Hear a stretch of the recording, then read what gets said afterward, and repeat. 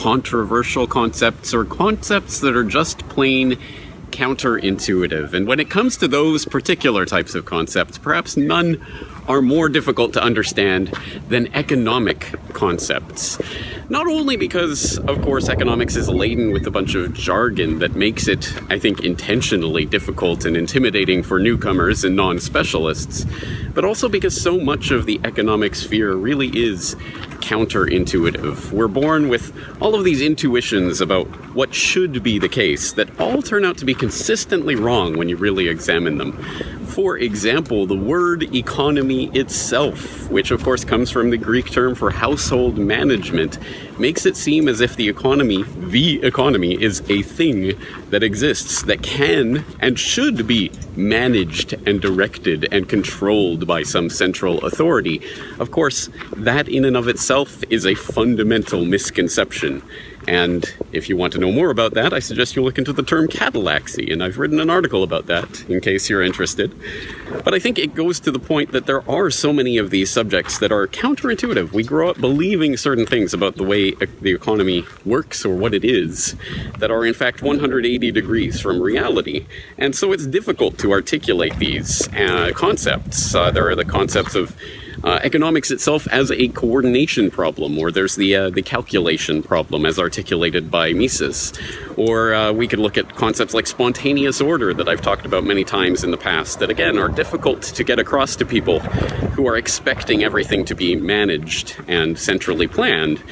There are many writers who have attempted to put these ideas in very simple and illustrative terms, and some have really accomplished remarkable things in that regard. For example, Frederick Bastiat, The Law, a very old and dusty treatise at this point, but one that is still cited as a touchstone work because it articulates some of these concepts so simply, so beautifully, uses such great articulate, intelligent examples and metaphors to put across these points. There are writers like Henry Hazlitt, for example, in Economics in One Lesson, that has done much of that work.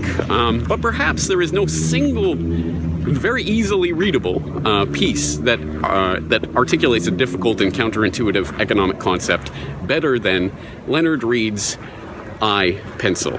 Yes, I, Pencil.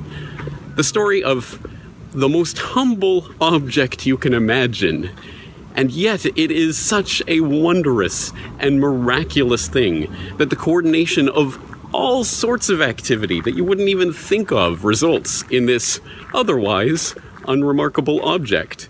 You have the collection of cedar in Oregon and graphite in Ceylon and Italian pumice and Mississippi clay and a bunch of other ingredients and the chemical reagents that are needed to vulcanize them and rubberize them and make them put on the labeling and on the pencil, and all of these different things that come together. And not only all of those things and all of the people who are collecting all of those items individually and transporting those items halfway around the world, but also all of the people who support all of those individual labors.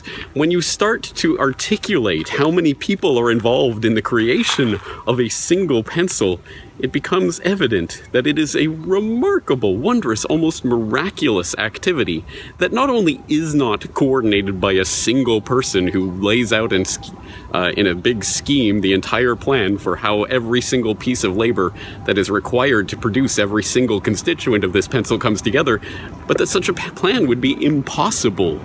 It's a remarkable, wonderful essay, and it articulates that otherwise very counterintuitive and somewhat, well, controversial idea in a very simple way, and puts that idea into such context that it is undeniable. It's a beautiful, wonderful essay. I've talked about it before. I will, of course, throw the link in the show notes so that you can go and read it for yourself if you haven't yet done so, or you can listen to it or watch the video of it.